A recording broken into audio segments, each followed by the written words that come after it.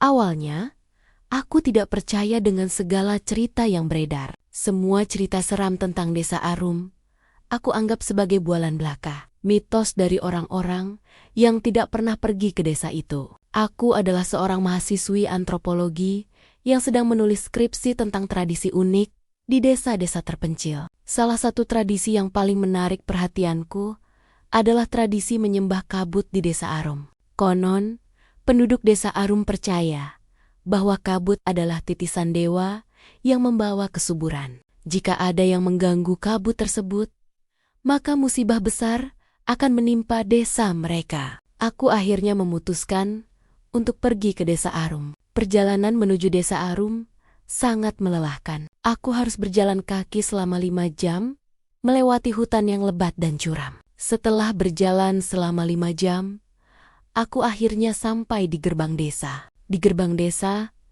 aku disambut oleh seorang sesepuh desa yang bernama Mbah Rejo. Mbah Rejo adalah seorang lelaki tua yang rambutnya sudah memutih semua. Kulitnya keriput, namun matanya memancarkan aura yang kuat. Mbah Rejo menyambutku dengan ramah, tetapi aku merasa ada sesuatu yang tidak beres dari tatapan matanya. Matanya yang kosong dan dingin membuat bulu kudukku merinding. Mbah Rejo mengajakku ke rumahnya. Rumah Mbah Rejo terletak di tengah-tengah desa. Rumahnya terbuat dari kayu dan berukuran cukup besar. Di dalam rumah Mbah Rejo, aku merasa ada aura aneh.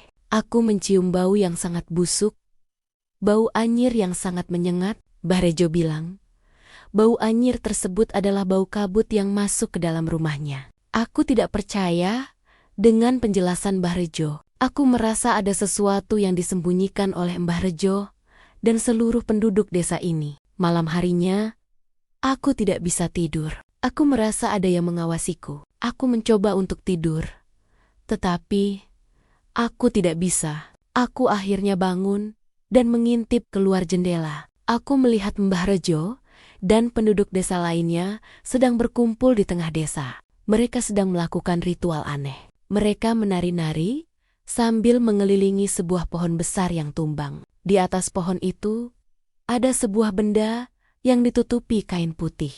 Aku tidak bisa melihat dengan jelas benda itu karena terlalu jauh. Namun, aku yakin benda itu adalah sesajen yang mereka persembahkan untuk kabut. Pagi harinya, aku mencoba untuk bertanya pada Mbah Rejo tentang ritual semalam. Mbah Rejo mengelak dan bilang, "Tidak ada apa-apa, Nak. Itu hanya tarian biasa." Aku tidak percaya dengan Mbah Rejo. Aku merasa semakin penasaran. Aku memutuskan untuk mencari tahu sendiri. Aku akhirnya memutuskan untuk pergi ke tengah desa, tempat ritual semalam berlangsung. Di tengah desa, aku menemukan beberapa jejak kaki yang aneh. Jejak kaki itu bukan jejak kaki manusia, melainkan jejak kaki binatang buas. Jejak itu sangat besar dan panjang. Bulu kudukku merinding. Aku merasa semakin takut. Aku akhirnya kembali ke rumah Mbah Rejo. Aku tidak menceritakan apa yang aku lihat pada Mbah Rejo. Aku mencoba untuk bersikap biasa saja. Namun, Mbah Rejo terlihat sangat gelisah. Dia terus menatapku dengan tatapan aneh. Malam harinya, aku kembali tidak bisa tidur. Aku kembali mengintip keluar jendela. Aku melihat pemandangan yang lebih mengerikan dari semalam. Aku melihat Mbah Rejo dan penduduk desa lainnya sedang membacakan mantra-mantra aneh.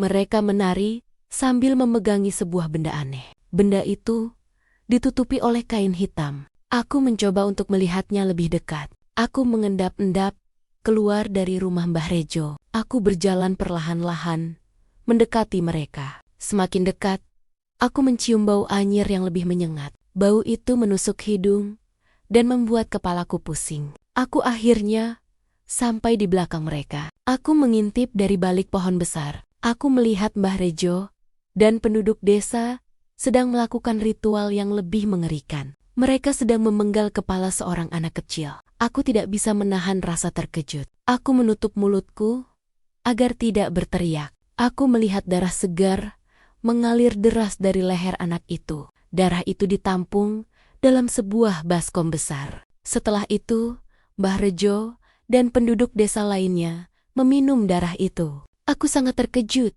dan merasa mual. Tiba-tiba, aku merasa ada yang menepuk pundakku. Aku menoleh ke belakang. Aku melihat Mbah Rejo sedang tersenyum padaku. Senyumnya sangat mengerikan. Matanya yang kosong dan dingin membuatku merinding. "Sudah melihat semuanya, Nak?" tanya Mbah Rejo dengan suara serak. Aku tidak bisa menjawab.